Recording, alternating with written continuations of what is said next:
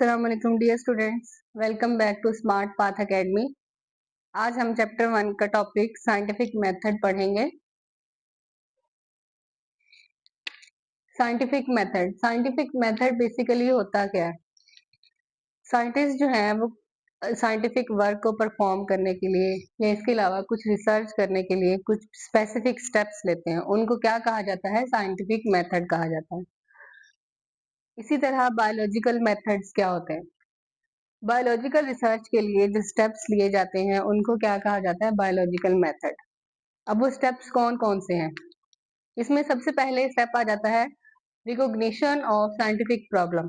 सबसे पहले scientific problem को रिकॉग्नाइज किया जाता है, आइडेंटिफाई किया जाता है। फिर उसके बाद ऑब्जर्वेशन, फिर ऑब्जर्व किया जाता है, hypothesis, deduction, experimentation and results. इसको अब हम एक्सप्लेन करते हैं वन बाय वन। सबसे पहले कौन सा है? Recognition of a problem. इसमें क्या देखा जाता है? सबसे पहला स्टेप है, इसमें ये देखा जाता है कि प्रॉब्लम है क्या। साइंटिफिक प्रॉब्लम को आइडेंटिफाई किया जाता है। साइंटिस्ट जो है वो इन्वेस्टिगेट करते हैं उस प्रॉब्लम को। फिर उसके बाद वो प्रॉब्लम कहाँ से इन्वेस्टिगेट होती है? या तो वो कोई बताता है या इसके अलावा साइंटिस्ट के माइंड में आ जाती है। जैसा कि बायोलॉजिस्ट ने ऑब्जर्व किया कि एक एरिया है, वहां पे प्लांट्स जो हैं वो टॉलर हैं as compare to other area.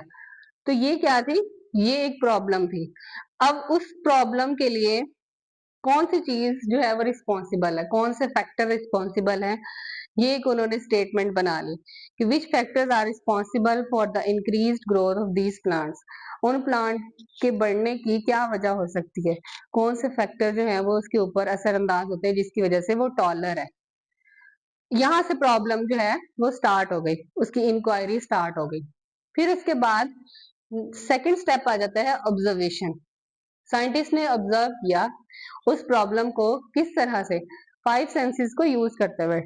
5 senses कौन कौन सी? टच करके, स्मेल करके, हियरिंग से, लिसनिंग से, इस तरह ऑब्जर्व किया। अब वो टाइप्स कौन कौन सी है उस ऑब्जर्वेशन की? ऑब्जर्वेशन की बेसिकली 2 टाइप्स होती है, qualitative observation and quantitative observation. Qualitative observation quality की बेस पे, इसमें ऑब्जर्वेशन इस ऑब्जर्वेशन में मेजरमेंट इन्वॉल्व नहीं होती। Involve observation that can not be measured with numbers. For example, जैसे कि फ्लावर है, उसका कलर, उसका टेक्सचर देखना, ये क्या है? Qualitative observation. नेक्स्ट हमारे पास आ जाती है क्वांटिटेटिव ऑब्जर्वेशन। क्वांटिटेटिव में हम क्वांटिटी को देखते हैं, उसको मेजर करके देखते हैं, न्यूमेरिकल वैल्यू निकलती है, डाटा एक्सप्रेस होता है। तो ये क्या है? क्वांटिटेटिव ऑब्जर्वेशन है। For example, number of birds in a tree. एक दरख्त के ऊपर कितने बर्ड्स जो हैं वो बैठे हुए हैं, कितने बर्ड्स प्रेजेंट है, ये क्या है? क्वांटिटेटिव ऑब्जर्वेशन है। अब इन दोनों में से कौन सी ऑब्जर्वेशन मोर एक्यूरेट है? ये शॉर्ट क्वेश्चन के तौर पे आ सकता है। विच ऑब्जर्वेशन इज मोर एक्यूरेट? तो क्वांटिटेटिव ऑब्जर्वेशन जो है वो मोर एक्यूरेट है देन क्वालिटेटिव ऑब्जर्वेशन। क्यों मोर एक्यूरेट है? अब इसकी रीजन है, एक तो ये कि इनवेरिएबल होती है। इनवेरिएबल मतलब इसमें कोई वेरिएशंस नहीं आती। दूसरा, ये मेजर किया जा सकता है इसको। और तीसरा ये है कि इसको नंबर में रिकॉर्ड किया जा सकता है। ये है इसकी एक्यूरेसी। कौन सी ऑब्जर्वेशन जो है वो मोर एक्यूरेट है? क्वांटिटेटिव ऑब्जर्वेशन मोर एक्यूरेट है। किससे? क्वालिटेटिव ऑब्जर्वेशन से। ऑब्जर्वेशन के बाद जो हमारे पास थर्ड स्टेप है वो कौन सा है? हाइपोथेसिस। अब जो ऑब्जर्वेशन निकाली है साइंटिस्ट, उसमें से एक स्टेटमेंट निकाल लेते हैं उस प्रॉब्लम को सॉल्व करने के लिए। वो टेंटेटिव आंसर उस साइंटिफिक प्रॉब्लम का क्या कहलाता है? Hypothesis. Tentative answer of a scientific problem is called hypothesis. अब उस हाइपोथेसिस के कुछ करेक्टर्स हैं, और वो करेक्टर्स कौन कौन से हैं? सबसे पहले जो करेक्टर है उसके लिए एक स्टेटमेंट का होना लाजमी है। दूसरे नंबर पे वो जो स्टेटमेंट है वो ऑब्जर्वेशन से मैच करनी चाहिए। तीसरी जो स्टेटमेंट है वो ये है कि उस स्टेटमेंट को एक्सपेरिमेंट के थ्रू परफॉर्म किया जा सके। नेक्स्ट हमारे पास है कि वो जो हाइपोथेसिस है उसको एक वे होना चाहिए जिसको डिसप्रूव भी किया जा सके। नेक्स्ट हमारे पास है डिडक्शन। अब डिडक्शन में साइंटिस्ट जो है एक लॉजिकल रिजल्ट निकाल लेते हैं, जिसको क्या कहा जाता है, डिडक्शन। हाइपोथेसिस स्टेटमेंट से एक लॉजिकल रिजल्ट निकल आता है जिसको डिडक्शन कहा जाता है। अब इसमें पैटर्न जो है वो इफ एंड देन का पैटर्न यूज होता है, जैसे कि लीफ की डीकलरेशन और उसकी ग्रोथ का स्टंट होना, ये किसकी वजह से है, आयरन डेफिशिएंसी की वजह से। सॉइल के अंदर अगर आयरन की डेफिशिएंसी है तो उससे लीफ डीकलर हो रहे हैं और इसके अलावा उसकी ग्रोथ जो है वो स्टंट हो रही है, रुक रही है। ये है हाइपोथेसिस। अब इसकी डिडक्शन क्या बनी, इफ अगर आयरन की डेफिशिएंसी जो है वो ये सिम्टम्स काज कर रही है तो उसके लिए क्या करना चाहिए, then adding iron in the soil. तो सॉइल के अंदर आयरन को ऐड कर दिया जाए जिससे उसका कलर इंप्रूव हो सके और ग्रोथ जो है वो प्रमोट हो सके। तो ये क्या थी इसकी, इस हाइपोथेसिस की डिडक्शन थी, जिसमें स्टेटमेंट क्या यूज हुई, इफ एंड देन। नेक्स्ट हमारे पास एक्सपेरिमेंट्स। अब हाइपोथेसिस के बाद, डिडक्शन के बाद एक्सपेरिमेंट परफॉर्म किया जाता है। अब साइंटिस्ट जो है वो एक्सपेरिमेंट परफॉर्म करते हैं हाइपोथेसिस को टेस्ट करने के लिए। अगर तो हाइपोथेसिस करेक्ट है और दूसरा जो अल्टरनेट हाइपोथेसिस है वो इनकरेक्ट है, तो जो करेक्ट है उसको वैलिड कर लिया जाता है। अब उसके ऊपर मोर डिडक्शन होती है, मोर एक्सपेरिमेंट होते हैं ताकि वो हाइपोथेसिस जो है वो कंफर्म हो सके, उसका लॉजिकल रिजल्ट कंफर्म हो सके। इसको क्या कहा जाता है, एक्सपेरिमेंट्स कहा जाता है। एक्सपेरिमेंट्स के बाद अब हमारे पास सेटिंग्स ऑफ एक्सपेरिमेंट्स आ जाते हैं। सेटिंग्स ऑफ एक्सपेरिमेंट में दो तरह के ग्रुप होते हैं, एक एक्सपेरिमेंटल ग्रुप होता है और एक कंट्रोल ग्रुप होता है। अब जैसे कि सबसे पहले एक्सपेरिमेंटल ग्रुप। अब एक्सपेरिमेंटल ग्रुप के लिए एक्सपेरिमेंट किया जाता है। अब इसमें एक्सपेरिमेंट क्या किया गया कि कार्बन डाइऑक्साइड जो है वो फोटोसिंथेसिस के लिए नेसेसरी है या नहीं है, इसके लिए एक्सपेरिमेंट किया गया। अब इस एक्सपेरिमेंट को करने के लिए दो सिमिलर प्लांट्स लिए गए।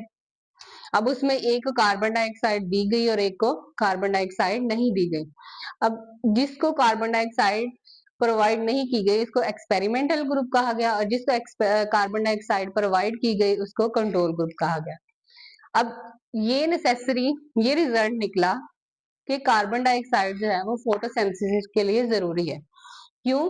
क्योंकि फोटोसिंथेसिस वहां पे हुई जहां पे कार्बन डाइऑक्साइड प्रेजेंट थी और वहां पे नहीं हुई जहां पे कार्बन डाइऑक्साइड प्रेजेंट नहीं थी। इसलिए इनको दो ग्रुप में डिवाइड कर दिया गया, एक एक्सपेरिमेंटल ग्रुप और एक कंट्रोल ग्रुप। फिर एक्सपेरिमेंट्स करने के बाद हमारे पास रिजल्ट सामने आए और रिजल्ट किस तरह से निकले, scientist gather data from experiments. Scientist जो है वो डाटा इकट्ठा कर लेते हैं एक्सपेरिमेंट परफॉर्म करने के बाद, बार बार एक्सपेरिमेंट्स करने के बाद, और उस स्टैटिकल एनालिसिस को क्या कहा जाता है, समराइज किया जाता है ग्राफ्स के जरिए और उसको समराइज करके रिजल्ट निकाल लिया जाता है जिसको क्या कहा जाता है, रिजल्ट्स। नेक्स्ट हमारे पास है रिजल्ट। साइंटिस्ट जो है एक्सपेरिमेंट के थ्रू डाटा इकट्ठा कर लेते हैं जिसको स्टैटिकल एनालिसिस के लिए यूज करते हैं, उसको क्या कहा जाता है, रिजल्ट कहा जाता है। अब इस रिजल्ट से जो है वो आगे बुक्स पब्लिश होती हैं और उसमें जो है वो रेफरेंस दिया जाता है, समरी दी जाती है ताकि इंफॉर्मेशन का एक सोर्स प्रोवाइड हो सके। फिर उसके बाद हमारे पास क्या आ जाता है, थ्योरी एंड लॉ। अब थ्योरी क्या होती है, a scientific theory is explanation based. इसमें एक्सप्लेनेशन बेस्ड रिपीटेड एक्सपेरिमेंट्स के जरिए जब कोई एक्सप्लेनेशन हमारे पास आ जाती है तो वो साइंटिफिक थ्योरी बन जाती है। जैसा कि evolution, theory of evolution explains how species change over time through natural selection. Natural selection के जरिए जो है वो किस तरह से स्पीशीज जो है वो चेंज होती रहती है टाइम टू टाइम।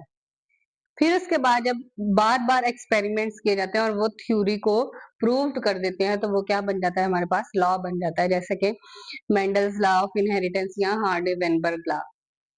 अब ये जो लॉ है ये यूनिफॉर्म होता है, कांस्टेंट होता है। फिर इसके बाद ये एक फ्लो चार्ट है पूरा बायोलॉजिकल मेथड का, किस तरह से पहले एक प्रॉब्लम को रिकॉग्नाइज किया जाता है, फिर उसकी ऑब्जर्वेशन की जाती है, फिर हाइपोथेसिस की जाती है, फिर डिडक्शन की जाती है, फिर एक्सपेरिमेंट्स किए जाते हैं। और एक्सपेरिमेंट्स में दो तरह के एक्सपेरिमेंट होते हैं, एक्सपेरिमेंटल ग्रुप और कंट्रोल ग्रुप होता है। फिर उसका रिजल्ट निकाला जाता है। अगर वो रिजल्ट जो है वो प्रूव हो जाता है तो फिर वो रिपोर्ट बन जाती है और उस रिपोर्ट में थ्योरी बन जाती है। अगर रिपोर्ट जो है वो प्रूव हो जाती है फर्दर टेस्ट के थ्रू, और फिर इस थ्योरी से क्या बन जाता है, एक लॉ बन जाता है।